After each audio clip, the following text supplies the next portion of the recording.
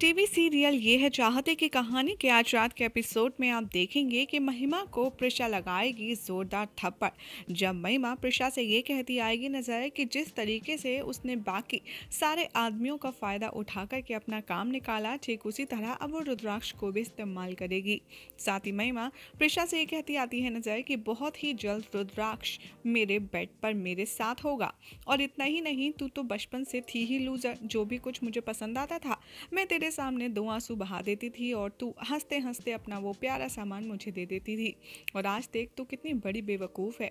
तेरा पति, तेरा घर, तेरा बच्चा जिसे तू कहती थी अपना और वो था मेरा, आज सब कुछ मेरे पास है। तेरे पास क्या रहा? कुछ नहीं है प्रिशा, तू सिर्फ एक लूज़र है और मैं तुझसे ज़्यादा खूबसूरत हूँ, और इस बात को अब तुझे मानना ही पड़ेगा कि तू मेरे आगे किसी भी मायने में टिक नहीं सकती। ये सारी बकवास सुनकर प्रिशा उसे ये समझाने की कोशिश करती है कि वो बहुत गलत ट्रैक पे जा रही है। उसने कम से कम अपने सारांश के बारे में तो एक बार सोचा होता, और जब उसने मरने का नाटक किया था तब अम्मा और अप्पा पे क्या बीती थी उसने एक बार भी नहीं सोचा। यहाँ पर इन दोनों की बहुत ही ज़्यादा कैट फाइट टाइप होती है, जहाँ पर महिमा प्रिशा को चैलेंज करती है कि अब तक तो मैं तुझे अपनी बहन मानकर तुझसे नफरत नहीं करती थी, लेकिन सिर्फ तेरा मैं ये सोचती थी कि तू भी मेरे जैसी ही है। प्रिशा ये सुनकर चिल्लाती है और कहती है कि नहीं, मैं आपके जैसी बिल्कुल भी नहीं हूँ।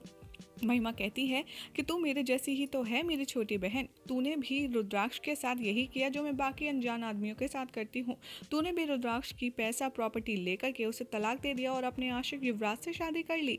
लेकिन यहाँ पर प्रिशा उसे कुछ भी एक्सप्लेन नहीं कर पाती, क्योंकि ये तो उन्होंने सारी साजिश और प्लानिंग के अंडर किया है। इसीलिए प्रिशा कहती है कि चाहे जो हो, लेकिन मैं आपकी तरह किसी को अपने धोखे में या प्यार के झूठे जाल में फंसा करके उसकी फीलिंग्स और उसके इमोशंस के साथ नहीं खेलती जैसा आप करती हो।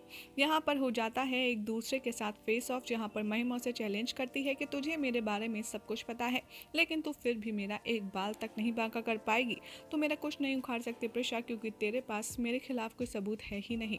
और चल, आज से तू मेरी छोटी प्यारी सी बेवकूफ़ दुश्मन बहन है जिसको मैं कभी भी जीतने नहीं दूंगी। और ये कहकर वो वहाँ से चली जाती है। प्रिशा काफ़ी ज़्यादा परेशान होती है और उसे समझ आ जाता है कि महिमा को युवराज और प्रिशा की शादी पर और उनके बनाए हुए इस ड्रामे पर शक हो गया है, और वो ये सब कुछ डिस्कस करने के लिए रुद्राक्ष के पास जाती है। जैसे ही वो रुद्राक्ष के पास जाती है, वो कहती है कि हमारे साथ बहुत बड़ी गेम खेली जा रही है, हमारा ये भी प्लान फ्लॉप हो गया, और मुझे लगता है कि महिमा अक्का को हम दोनों पर और हम दोनों की इस फाइट पर शक हो गया है। रुद्राक्ष, अगर ऐसा हुआ तो हमारे लिए प्रॉब्लम्स और बढ़ जाएंगी। लेकिन उससे पहले चलो हमें गौतम को देखना होगा, क्योंकि अभी अभी गौतम की जान हमने बहुत ही मुश्किल से बचाई है। जैसे ही रुद्र प्रिशा गौतम से मिलने उसके रूम में जाते हैं, वहाँ गौतम अपना सारा सामान पैक कर रहा होता है और कहता है कि आई एम सॉरी प्रिशा, मैं अब आपका और साथ नहीं दे पाऊंगा।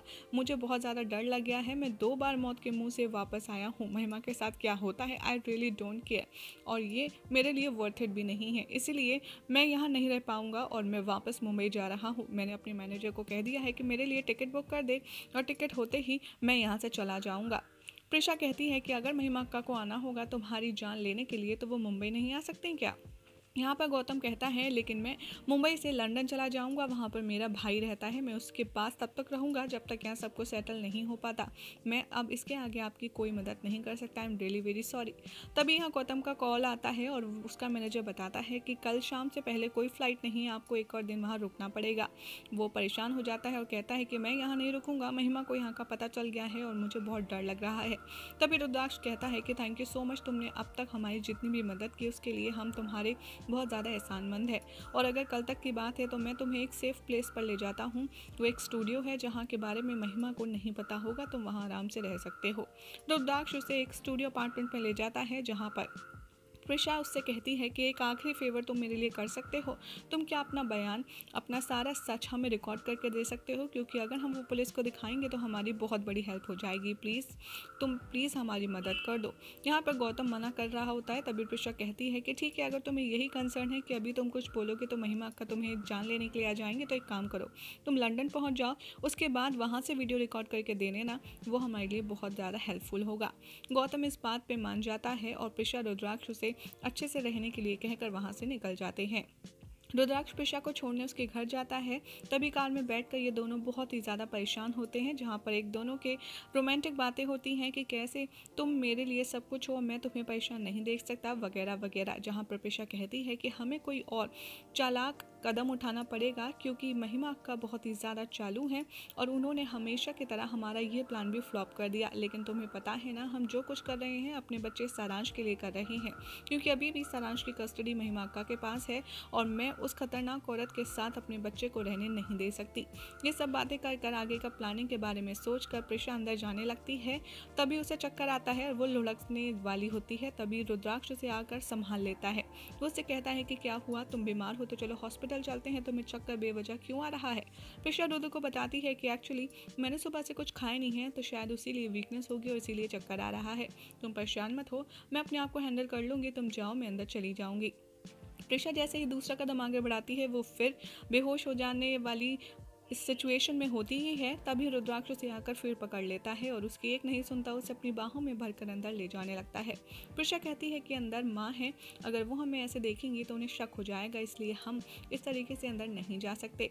रुद्राक्ष कहता है कि तुम चुप रहो, तुम मेरी बीवी हो और तुम्हारे आगे मुझे किसी की कोई परवाह नहीं है। जो देखता है देखने दे, जो सोचता है सोच ले। ये कहकर उसे अंदर तक ले जाता है और साथ ही साथ अपनी बाहों में भरकर उसके साथ रोमांस भी करता है। और साथ में आपको इस शो का टाइटल ट्रैक भी देखने के लिए मिलेगा, ये है चाहते दिल वालों की चाहते। जैसे ही प्रिशा रुद्र गेट पर पहुंचते हैं, वहां वसु होती है। दरवाज़ा खोलकर रुद्र की बाहों में प्रिशा को देखकर बहुत ज़्यादा हैरान हो जाती है। वो कहती है कि तुमने प्रिशा को इस तरीके से क्यों उठाया है, क्या हुआ, करना तो ठीक तो है। यहाँ पर रुद्राक्ष अंदर जाता है, प्रिशा को सोफे पर बिठाता है और एटीट्यूड में कहता है कि मुझे तो इसकी शक्ल तक देखना पसंद नहीं है, लेकिन ये बाहर बेहोश होने वाली थी और बल्कि 2 बार बेहोश भी हो चुकी थी, इसलिए मुझे मजबूरी में उसे उठा करके यहाँ लाना पड़ा। वसुधा कहती है कि अच्छा वो तो ठीक है, पर तुम पहले ये बताओ तुम हमारे घर के बाहर कर क्या रहे थे, तुम्हें प्रिशा ने बुलाया था या फिर जीपीएस ने। तभी रुद्राक्ष बहुत कंफ्यूज हो जाता है कि आखिर वसु की बात का क्या जवाब दे। पीछे से जीपीएस आता है और कहता है कि इसको मैंने बुलाया था, तुम आ गए रुद्र। रुद्र बहुत ज्यादा चैन की सांस लेता है। तभी जीपीएस फंस जाता है क्योंकि वसु बार बार उससे पूछती है कि आप बताइए इसको क्यों बुलाया आपने बुलाया था तो क्या काम था। रुद्राक्ष भी कहता है कि हाँ आपने मुझे बुलाया था, बताइए आपको क्या काम था। यहाँ पर जीपीएस फंस जाता है सिचुएशन में कि आखिर क्या बोले क्या ना बोले, और यही हो जाएगा आज रात के एपिसोड का एंड। अब आखिर क्या होगा कल रात के एपिसोड में, ये देखना होगा, काफ़ी इंटरेस्टिंग। इसी के साथ बहुत इंटरेस्टिंग तरीके से रुद्र प्रिशा अपनी नेक्स्ट प्लानिंग करने वाले हैं, जिसमें महिमा बुरी तरह फंसेगी और अपना सारा प्लान खुद ही कर देगी रिवील। अब आखिर ये दोनों मिलकर ऐसी कौन सी चाल चलते हैं जिस पर इस बार प्रिशा की होगी जीत और महिमा की होगी हार, ये सब कुछ देखने के लिए मिलेगा आपको कल रात के एपिसोड में, जिसकी अपडेट देंगे हम आपको अपनी नेक्स्ट रिपोर्ट में।